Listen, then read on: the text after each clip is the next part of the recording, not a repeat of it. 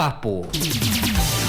Está no ar pela Clube Guaxupapo, um bate-papo em prol de Guaxupé e dos guaxupeanos.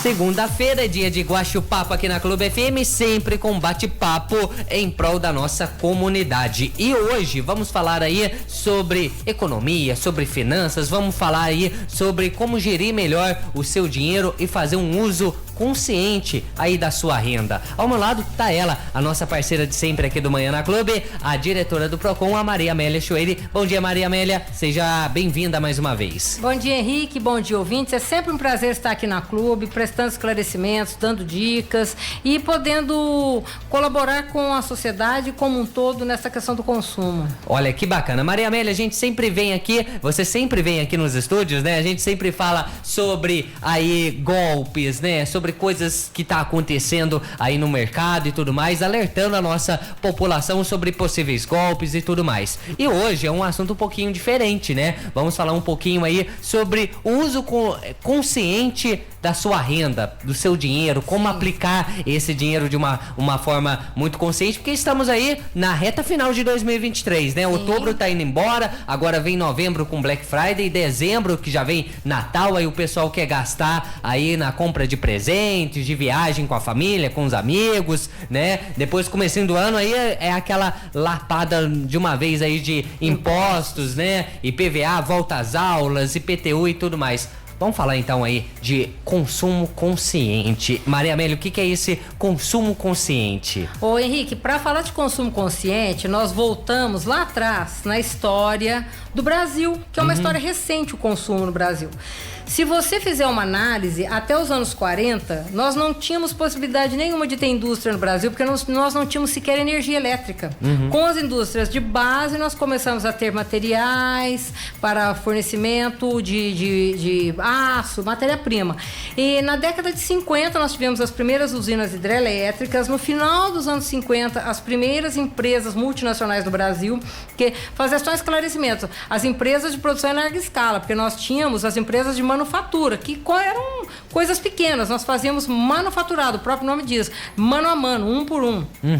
Então, a partir dos anos 70, nós temos uma alavancada na produção em larga escala, mas era aquela história, você tinha uma televisão em casa, você chegava na casa da pessoa, tinha vizinho assistindo, era uma televisão em casa, um rádio, um veículo.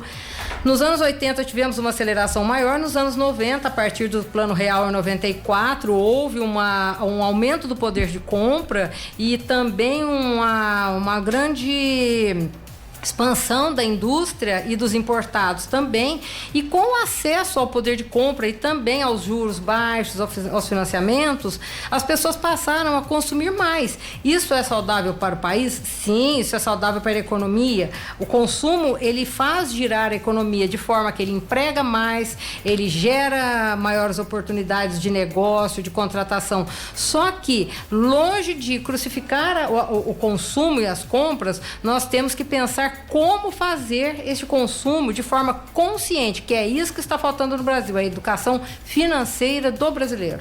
E essa educação financeira do brasileiro, ela parte a partir de dois pressupostos, né, Maria Amélia? O primeiro deles é como eu gerir a minha renda, porque eu tenho que ter essa noção também. Sim. De como gerir a minha renda. Se eu ganho, sei lá, um exemplo, R$1.000 por mês, o quanto disso eu posso gastar, o quanto disso eu tenho que guardar. O primeiro pressuposto é isso. E o segundo é daquele velho ditado: eu vou comprar essa caneta aqui.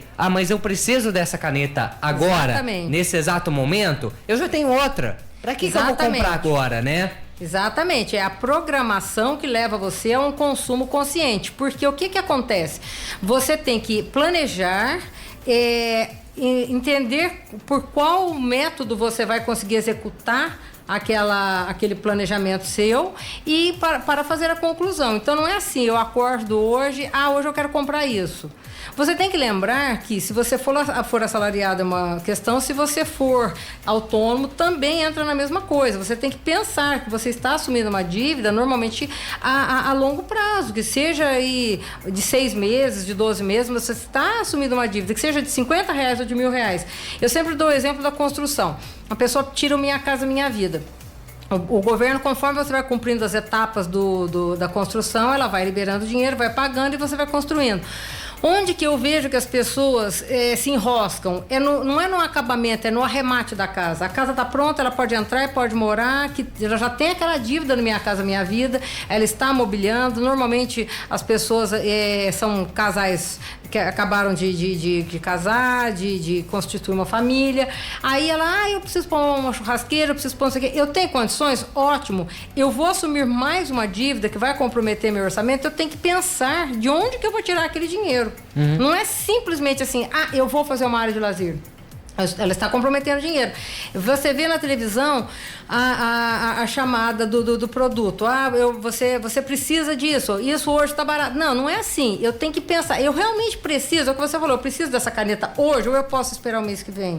Porque normalmente as famílias já têm seu orçamento comprometido mensalmente com a água, luz, nem digo telefone hoje, a internet, o IPTU, são as despesas de manutenção aí do lar, que são alimentos, produtos de limpeza, higiene pessoal e da própria saúde também, né? Saúde também. Eu falo assim, eu não entro nem na questão daqueles que têm plano de saúde, seguro de carro, eu não vou nem entrar. Porque a gente já entra num outro patamar. Eu falo para aquela pessoa que a família, a renda familiar, assim, até uma média de 3 salários mínimos. É suado. Hoje, se você for no supermercado, qualquer comprinha que você fizer sai em torno de 400, 500 reais para você passar em uma semana, uma família. Eu digo uma família, pai, mãe, 2 filhos, 2 mães, 2 pais, 2 filhos, seja lá o que for. Você tem aquela despesa mínima por semana. Então, é uma despesa alta. E as pessoas não colocam isso na conta. Eu vejo assim, veículo, você vai financiar um veículo. A história, o financiar o veículo é interessante, muito, mas você tem que ver a taxa de juros mensal. Faça a conta. Olha, eu quero saber quanto que eu vou pagar em quantas parcelas. Então, se você deu aí 10 mil de entrada, vamos falar um veículo usado, um preço de 40 mil reais, você vai financiar 30.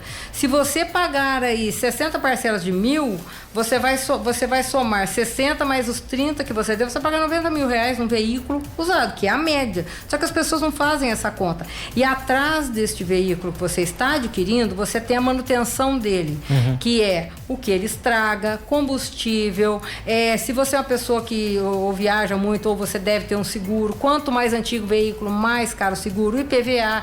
Tem uma série de fatores que você tem de despesa. E ninguém coloca isso na balança. E pegando esse gancho, né, Maria Amélia, nesse exemplo que você ilustrou aqui pra gente do veículo, a gente pega duas opções totalmente diferentes. Porque aí você pega aquele consumidor que vai falar assim, eu quero pagar esse veículo o mais rápido possível. Tem aquela pessoa que fala assim, eu quero pagar o veículo o mais rápido possível, então eu vou fazer em menores prestações para eu pagar mais rápido com um valor um pouco maior da parcela, obviamente. Sim. Só que aí ele esquece de contar o IPVA, o IPTU, os imprevistos que o carro tem, porque por mais que seja um carro 0 km, o carro 0 km pode furar um pneu também, Sim. pode quebrar um vidro. Você vai ter que dar manutenção. E aí acaba se enrolando em dívida, porque depois o salário, que às vezes a pessoa vai pagar 1.500, recebe 2.000 por mês, ela não vai dar conta. A conta no final do mês não bate, né? Não fecha. Sim, e a segunda opção é aquela pessoa que fala assim, não, eu vou fazer em prestações a perder de vista, porque aí eu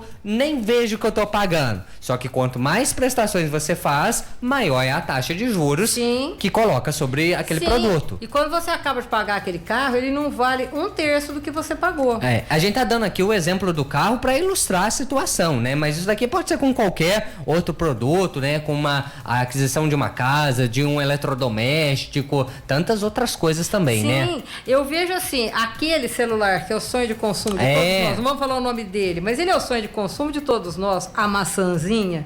Quem não quer ter aquele celular? Eu gostaria de ter um celular daquele. Eu uso muito para trabalho? Não. A minha utilização não é para trabalho. Eu digo assim, a pessoa que trabalha com reportagem, que trabalha na rua, ele é um ótimo produto, sem dúvida alguma. Mas o preço dele se enquadra no meu orçamento? Não. Quais as minhas prioridades? A manutenção dele também, que é caríssima. Exatamente, passa uma certa época, ele não dá atualização mais.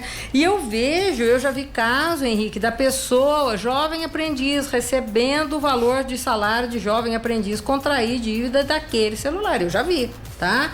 E aí mãe tem que ajudar a pagar, pai tem que ajudar a pagar. Então, é o que eu falo, não é que é errado você ter, vai se enquadrar dentro do seu orçamento ou não, porque você tem outras despesas. O brasileiro, ele costuma ter aquela satisfação momentânea. A psicologia, ela explica isso, dentro do consumo.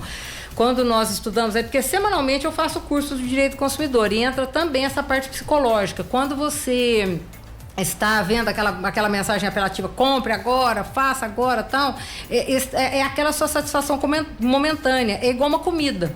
Você come agora, daqui a pouco você já está com vontade de comer de novo, a compra. Então você adquiriu, mas daqui a pouco você está com vontade de comprar de novo. Não é pelo produto, é pela compra, né? É pela satisfação, o prazer que a compra lhe dá. Então, não interessa se é uma prestação de 50, de 100, seja lá do que for. Você tem que pensar que aquilo está comprometendo o seu orçamento mensalmente.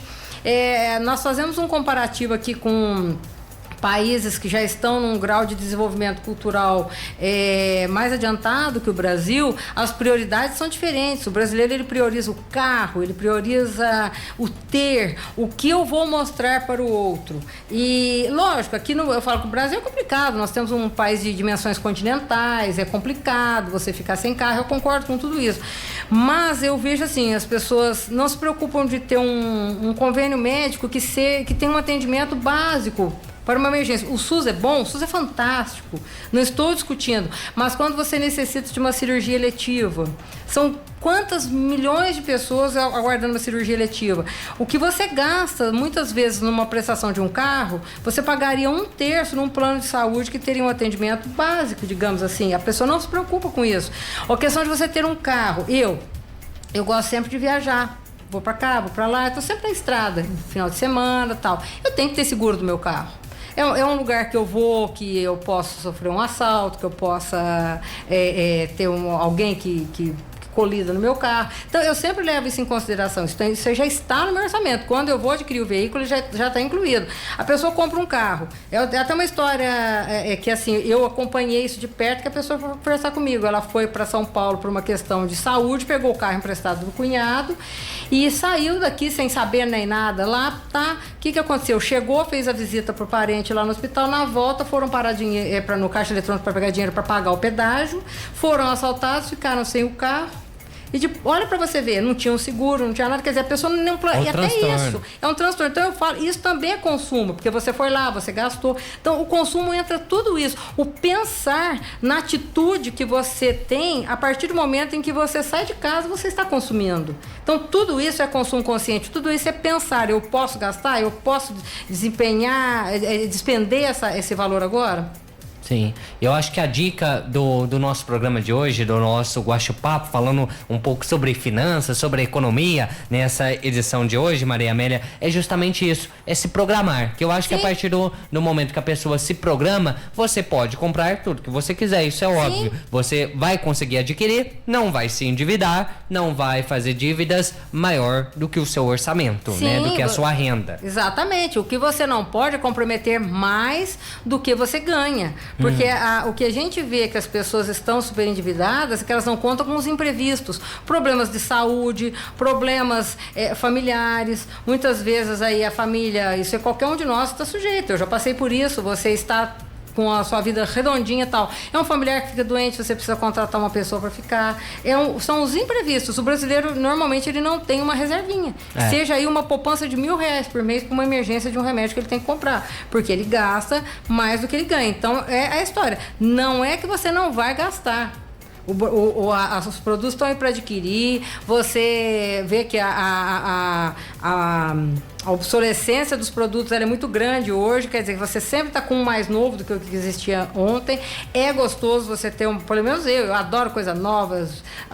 Quem não gosta, né? O cheirinho do novo, né? Não, tem gente que não gosta, tem gente que gosta de velharia, você pode ter certeza, mas eu falo, tem gente que adora, mas eu falo assim, a gente que é versado em tecnologia, que gosta de coisas novas, é lógico que é gostoso, só que você tem que lembrar, eu estou adquirindo uma dívida. Então a dica de hoje é: compre com consciência, contraia suas dívidas com consciência, lembrando que existem imprevistos que você não sabe quais acontecerão amanhã. Tá certo. Maria Amélia, queria agradecer a sua participação no nosso programa de hoje, a presença, falando desse assunto aí muito bacana, né? Final de ano tá aí, né? E a gente tem que fazer um uso consciente também da nossa renda, do nosso orçamento, porque os gastos também no final do ano, às vezes e muitas vezes, extrapolam o que a gente pensa também, né? Bastante. Tá... Eu agradeço mais uma vez poder estar aqui. No caso de dúvidas ou que você queira alguma orientação sobre educação financeira, nós estamos lá no Procon, Rua Mancini, 117, das 7h30 da manhã às 3h30 da tarde. Tá certo, Maria Amélia. Em breve receberemos novamente você aqui para falar um pouco mais sobre finanças também nesse finalzinho de ano. Estaremos aqui. Tá certo. Valeu, Maria Amélia. Esse foi o nosso Guaxupapo de hoje.